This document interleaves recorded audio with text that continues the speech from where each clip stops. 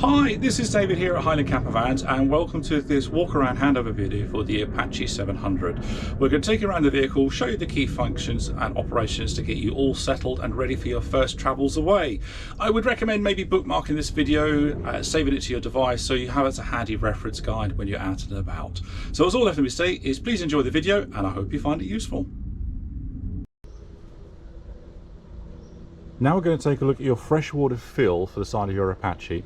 So down the passenger side, you're going to find this little device here. You'll need to use one of the habitation keys to unlock it. And it's just a case of turning it like a filler flap to release the fresh fill cap. You then need to take your freshwater hose line. We recommend obviously having a blue hose line rather than a garden hose because this is food safe. Just insert in the hose, run your tap, and then start filling the tank. Now you have the inside habitation control panel level to let you know where the water is filled. Obviously you can continue to fill until the water actually comes out of here. Now while you are here filling this, if you hear water falling on the other side of the van, it's a good indication that you've forgotten to close the freshwater drain, so do double check that while you're putting water in. Once you're done, retract your hose. Obviously be careful not to splash any water about. Take your filler cap, pop that back on, lock it like so. Don't forget to lock this just so people can't access your water tank. So located on the passenger side of the vehicle, just above the passenger rear wheel, you're going to find this little flap here. This little flap here is allowed to connect an external gas point, i.e. like a portable gas barbecue. You would have a special plug which goes in here. You just push that in, turn to lock it, and that will then open up the gas supply. Now once you're done, you just then turn it the other way to release the whole trigger, and it's as simple as that. Obviously just be wary if you're using a gas barbecue with the sun awning out, just make sure there's plenty of distance between the top of the barbecue and the awning itself.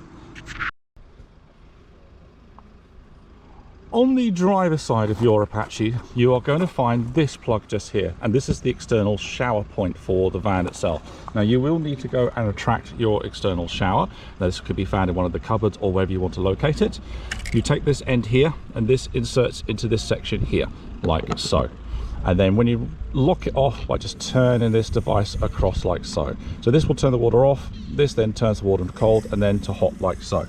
And then to run the shower, you just basically pull the trigger to activate the hot water or cold water as how you have it. And that covers the shower.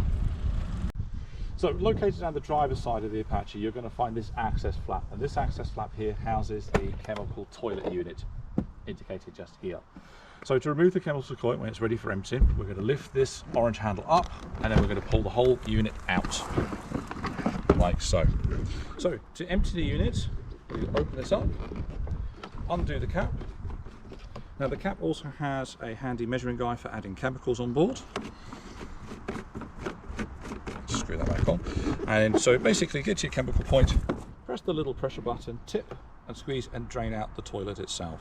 It's recommended that you flush the toilet out a couple of times, so fill it up with water about halfway, give it a good flush, tip it out, and then once you're ready, fill it up to about this line just here, add your chosen chemical, be it pink or green.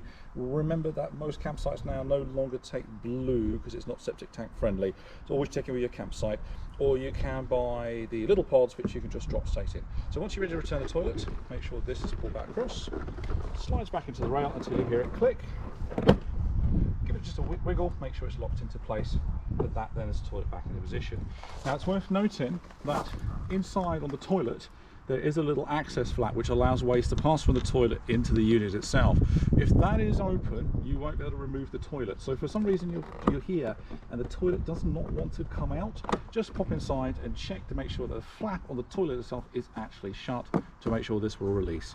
Once you're done, don't forget to close and lock this, as these are notorious for being stolen, so do make sure you secure your one to avoid it going missing. And that covers the toilet. Down along the driver's side of the vehicle, just not too far from the driver's side door, you're going to see this flap here. Now this is your electrical hookup flap.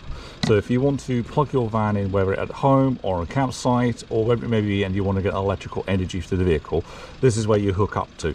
Now you will need a hookup cable, something similar to this just here, like so. And then once you're ready, you open up the flap and you just insert the cable until it clicks home, like so. And then that's you then connected. What is recommended is that you don't try with a live cable. So once you plug the van in, then you go and plug the other end in at the energy source that you're connecting to, be it at home or the campsite.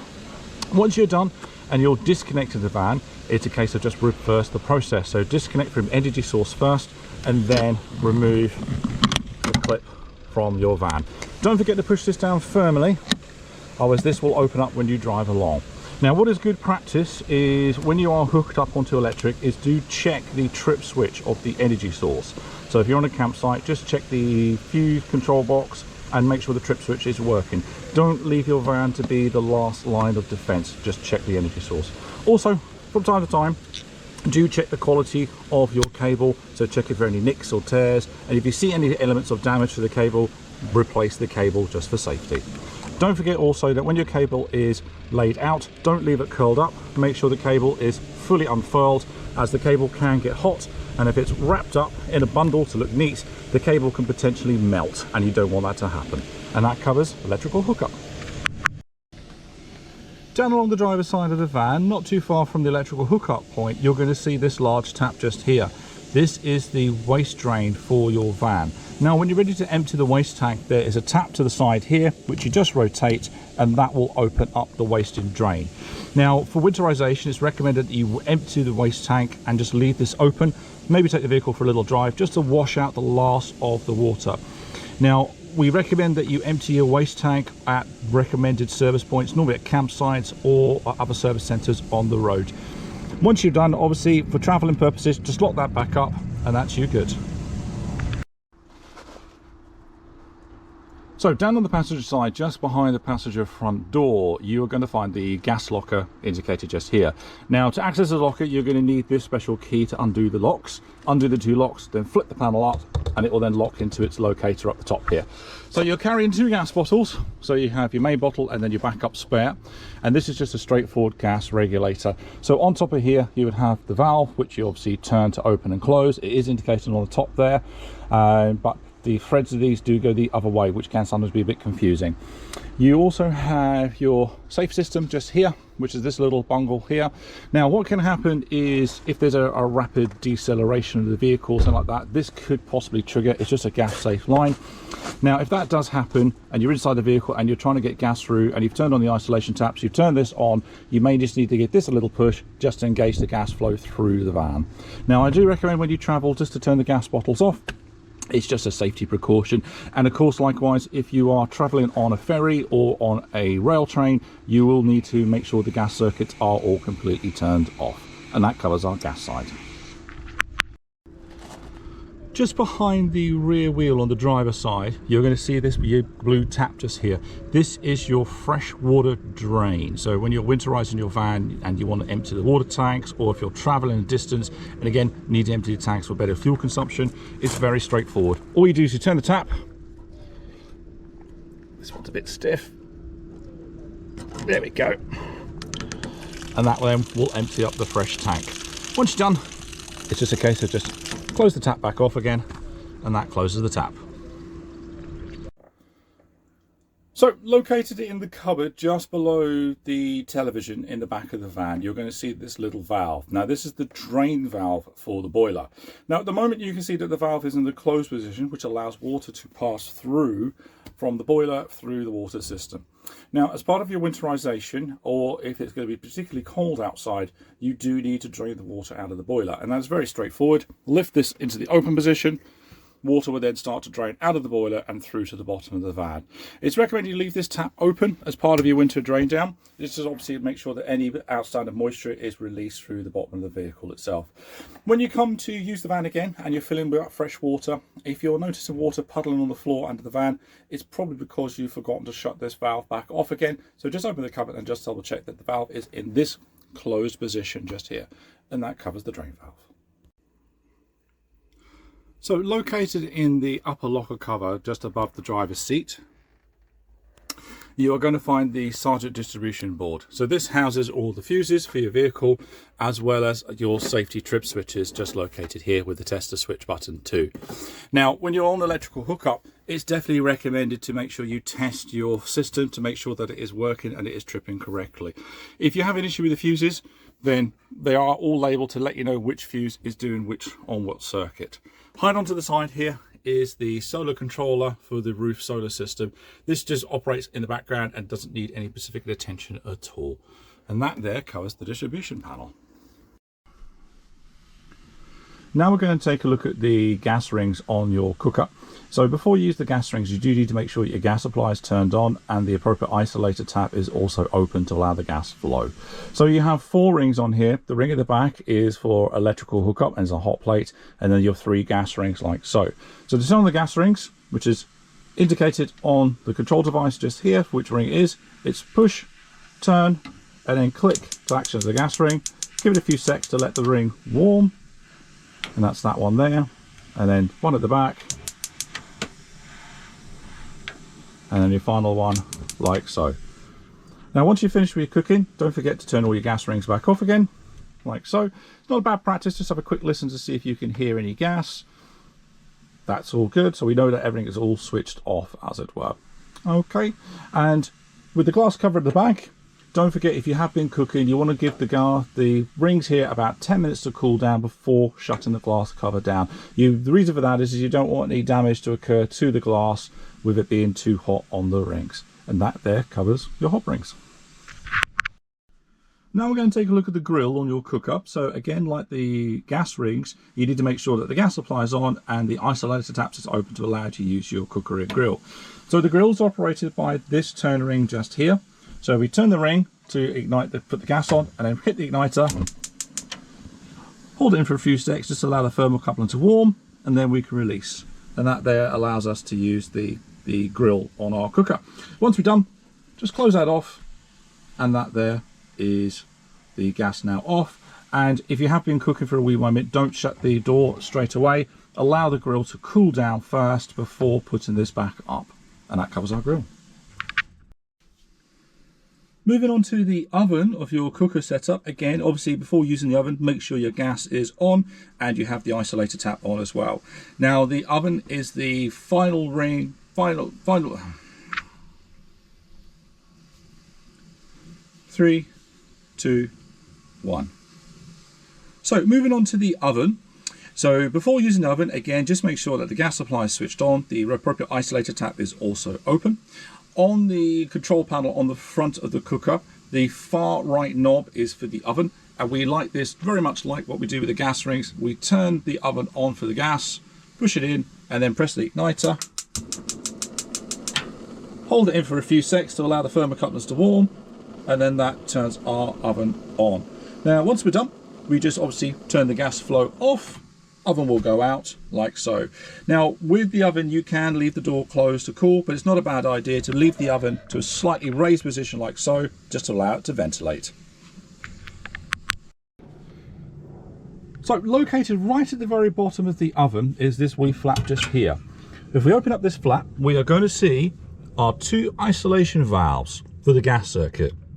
This one here is for the fridge, this one here is for the cooker. Now if you are traveling, obviously we recommend that you turn the gas bottles off, but if you are boarding ferries or trains, you do need to isolate the circuit. And again, if you're winterizing the van, you may want to isolate the circuits too. So to isolate the circuits, rotate them like so. That then closes the gas supply off to the various devices. If you need to turn it back on again, it's just a simple case of rotating them so the gas flow follows the line of the taps themselves like so. And that covers the isolation taps. 3, 2, 1. Now we're going to take a look at the Truma Ultra Heat radiator system that you have on board your Apache. Now this uses either electrical energy, which is controlled by the interface just above the hab door, or by gas. So what we've got going on, okay, so on this side here, this is our fan speed, and we have a selector switch here to either put the fan in manual mode or into ambient mode. So ambient mode basically means that the fan system will kind of operate gently in the background by itself, but if you want the ventilation to be moving at a faster rate, you put it into manual control and you can increase the flow or decrease the flow as needed. On this side here is the thermostatic control for the gas system. So if you're running the radiator system here on the gas, you'd use this control interface. If you wanted to run the radiator system with the electric, you use the interface which is above the habitational door.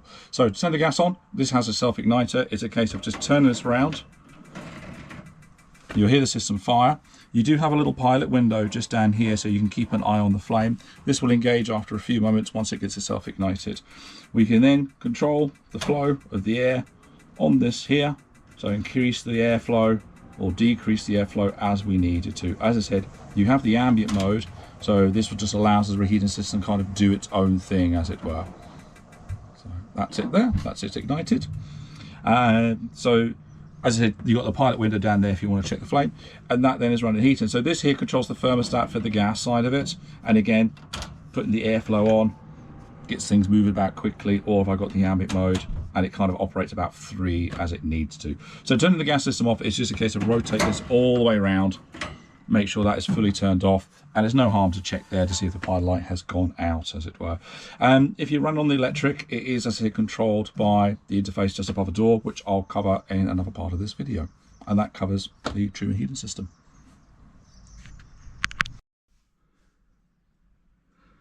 Just above the entry door, as you come into your Apache, you're going to see these 2 control panels. So the one here on the left is the habitation control panel. So this is responsible for turning on the electric circuit for the 12 volt, the water pump, battery levels, water levels, etc. On the opposite side here, there's a couple of light controls.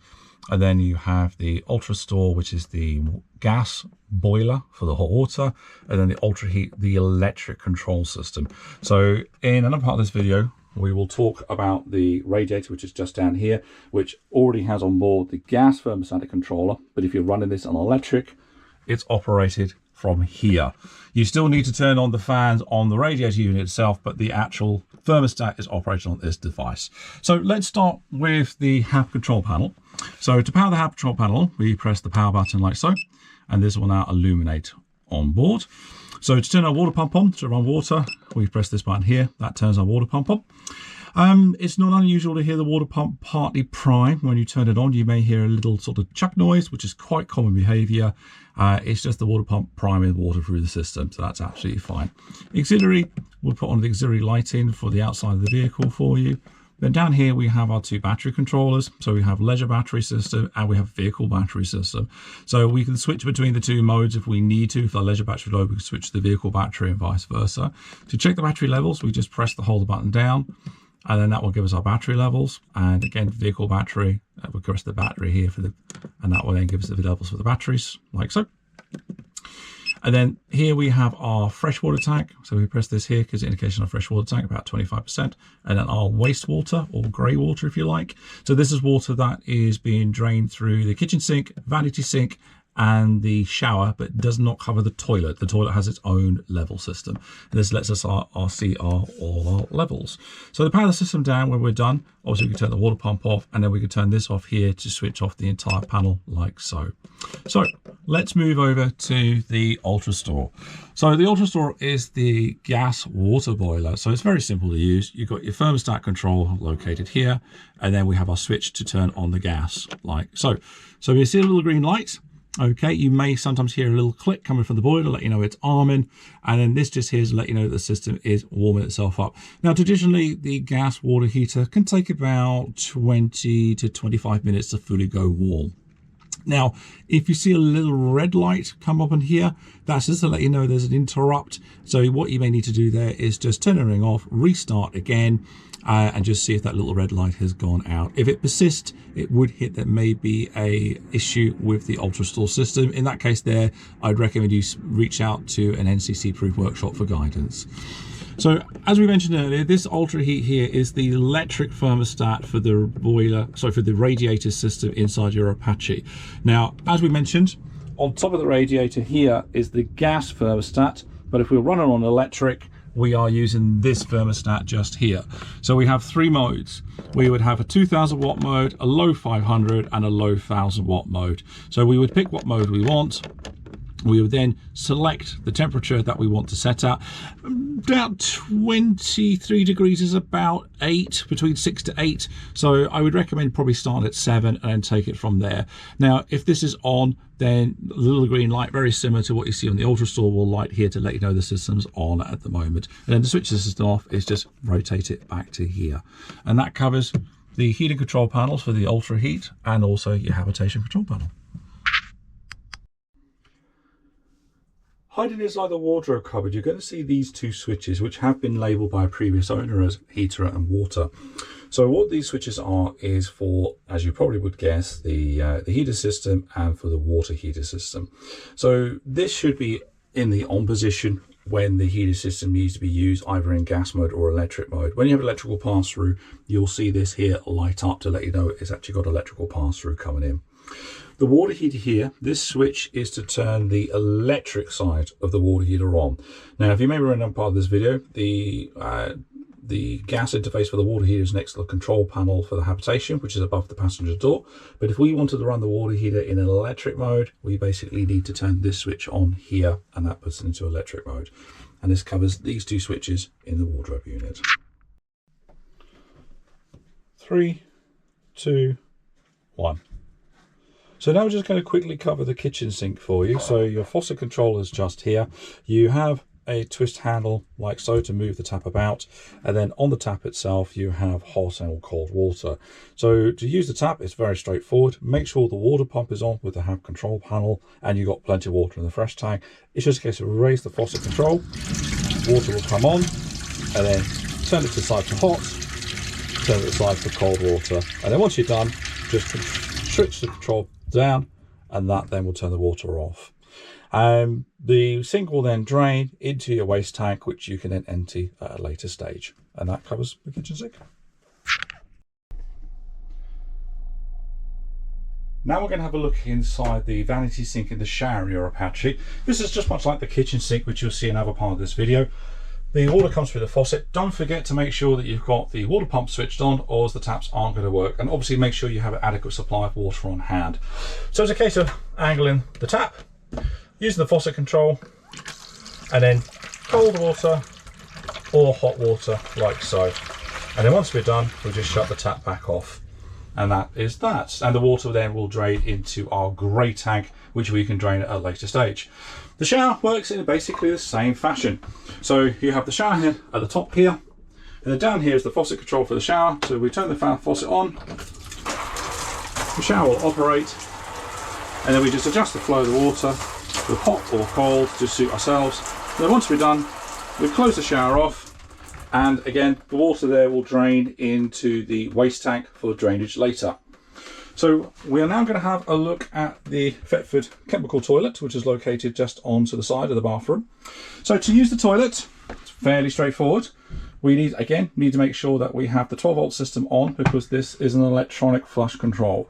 So we open the toilet. First thing we need to do is we need to open this little flap here. There's a lever at the bottom of the basin. Pull the lever, and that will open that up to allow waste to fall through. So once we're done, we are going to need to press the button to flush the toilet, which is located just here. Press the button. There we go, auto flushes through. And then we can close the flap, and that's us done. And that covers our toilet and our washroom. So next we're going to have a look at setting up the middle bed of your Apache. So first things we need to do is we need to make sure the table is released. There are two safety latches located just under the side of the table here to release the black hatches. So I've already done that. So we just lift the table off its rail, and then we drop the middle leg down like so. And we're just going to put the table aside for 2 seconds. Next thing we need to do is lift this cushion out of the way. Let that cushion drop where it is and just flip that out of the way. We need access to this rail just here. And then we're going to do the same thing on the other side. We're going to take these two cushions off, put them aside for now. And then we're going to do exactly the same as the other side. Lift the cushion up for the minute, and this gives us access to this rail. And this now allows us to put the table like so on that rail to provide the lower support for the bed. So this cushion here can just go like that. This cushion comes out the way, and this slides all the way back, and then this just infills into this section just here. Give it a little squeeze to drop it in like so, and that there makes your lower bed. So to put the bed back up, we're just going to reverse the process. So we're going to pull the infill cushion out, lift this section up, and just going to pop that cushion down there for now. Lift the other side up, and this lets us remove the table. So we're going to put the table to the side for 1 second, put the cushion down, this comes back on top, slide the cushion in, and then this does one side for you, ready to go. Now for the other side, lift this cushion up out the way, that slides into the bottom, this one goes around the belts, and then your earlier infill cushions just clip to their Velcro stations on the side. Last but not least, we're going to put the table back. So we need to extend the leg for the table, like so. Make sure the triggers are in the open position, and then we're going to flip the table around, mount it back onto the rail, and then lastly, lock the table by pushing the 2 latches in, and that there is the bed now back into a living space. Now we're going to have a look at setting the rear lounge up as a bed as well. So what we need to do is obviously we need to bring the slat out to allow us to make the actual bed structure. So that's very straightforward. So located just under the cushion here is a little latch. Drop the latch down and then slowly pull out the bed extender all the way down. Now when you get to this part of the cushion, there is a little lip that you need to pull this over, like so. That then locks that in place like that. So for the cushions, it's straightforward. Slide the cushions into the middle, drop the back one down to fill the hole. Likewise this one on this side here as well. Drop the back cushion down and then push in the middle cushions into the gap, and that then makes your bed. You can obviously remove the extra bolster cushions if you want to sleep across the bed, or use them as actual cushions yourself. Is entirely up to you. So to put the bed back up, we're just going to reverse the process. Easy thing I find to do is lift the middle cushion first, slide it forward, lift this cushion up, slide that all the way back, and then return the cushion like so. And we're going to do the same on the opposite side.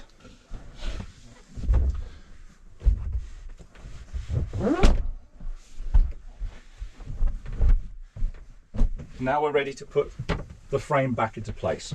So don't forget that we need to lift the frame over its little safety latch, one on either side, drop it back onto the rail, and just slowly and gently slide it back into place. And don't forget to put the safety latch on. And that is the bed now turned back into the rear lounge. Now we're going to take a look at the driver controls for your Apache. So starting with the clocks, we have our speedometer, fuel gauge, temperature gauge, and then on the far side here we have our rev counter, and in the center we have our trip computer information. On the stalks we have our light controls, so they switch on for sides and then dips, and then your beams are basically towards you and towards you again to turn them back off again. If the lights are off, this acts as your flasher control as well. On the opposite side you have the wiper controls. So the bit in the middle here allows you to change the frequency of the intermittent speed, and then the wipers go down for their various different options. So you would have intermittent, normal speed, and a high speed wipe. On the very end you would have the little button which activates the trip computer. By pressing the button on the end here, this will rotate the displays on the center screen to show you distance, MPG, etc, etc. Lower down you have lighting controls, additional lighting controls, so this allows you to level the headlights up or down. There is an indicator that appears on the center screen to let you know what level the lights are at. And then these buttons here allow you to go in and alter time and date and some small vehicle settings as well. This can only be done while the vehicle is running and stationary. So on the opposite side of the control stalk, hiding under here, is our cruise control system. So when we're driving, we turn the cruise control on like so. You'll see a little green symbol appear on the dashboard, and when you're ready to activate the cruise control, it's just a case of just pulling the stalk up into positive mode, and that will then set the cruise control in operation. Bear in mind that the cruise control only works when the vehicle is traveling at 40 miles an hour or above, or in 4th, 5th or 6th gear. It will not work at a lower speed or in a lower gear. To turn the cruise control into pause mode, just press the button on the end and then press it again to resume the cruise control, and then to finally switch the cruise control off, just rotate the stalk to the off position. The little green light will go out, and that will be the cruise control off. So moving into the center control, Here you have your heating systems. So you have the temperature on this side, which is controlled by the rotary dial. You have the fan speed, which is controlled by the inner roll dial. And then you have airflow. And then you have fresh air or internal circulator. Bear in mind, when you run it with the internal circulator, that after about 20 minutes, the vehicle will start to maybe steam up a little bit as no fresh air is coming in. So if you are noticing when it's steam up a little bit, just check this over here. Air conditioning, this will illuminate when the air conditioning is on. Now this will only operate when you're in speed 1, 2, 3 or 4. If you're in speed 0, this will not turn on at all. And then up top here, you have your digital radio with your Pioneer media unit. Now the Pioneer media unit actually has an isolation switch just to avoid drain on the battery where the vehicle is sitting. Hidden under the steering wheel, just down here, is the isolation switch for that media unit. So if you are parking the van up over winter and you want to preserve the battery, I would recommend that you switch that off just to avoid this draining power while the van is parked up. Now, while we're in the cab, we're going to have a quick look at the cab lines. So the cab lines are mounted on the side, and to access them, we squeeze this here, pull this forward, and it will magnetically lock on the side. You also have the same with the 2 front window blinds and the blind on the side there as well. To retract the blind, just basically squeeze it, bring the blind back into position, and then make sure that it is firmly housed like so that it can't come out. It's important to do this because if you haven't housed this properly, you can imagine that you come around a roundabout, this falls out, and then you can no longer see through the window. So do please make sure that when you're putting the blinds back, that you make sure they clicked into place. And that covers the driving controls and the front cab lines. So that was the handover video for the Apache 700. I hope you find it useful and it gets you all settled ready for your first adventures away in your new motorhome. But of course, if you have any problems out in the field, please do feel to reach out to us here at Highland Camper Vans. We are always happy to help you out and get you settled in. As I said to you earlier, I do recommend you maybe save this video, maybe bookmark it to your device so you have it handy when you're out and about. So all's left to be say is have many happy miles motoring in your new van, and we look forward to seeing you again here at Highland Camper Vans. Thanks for watching. Bye for now.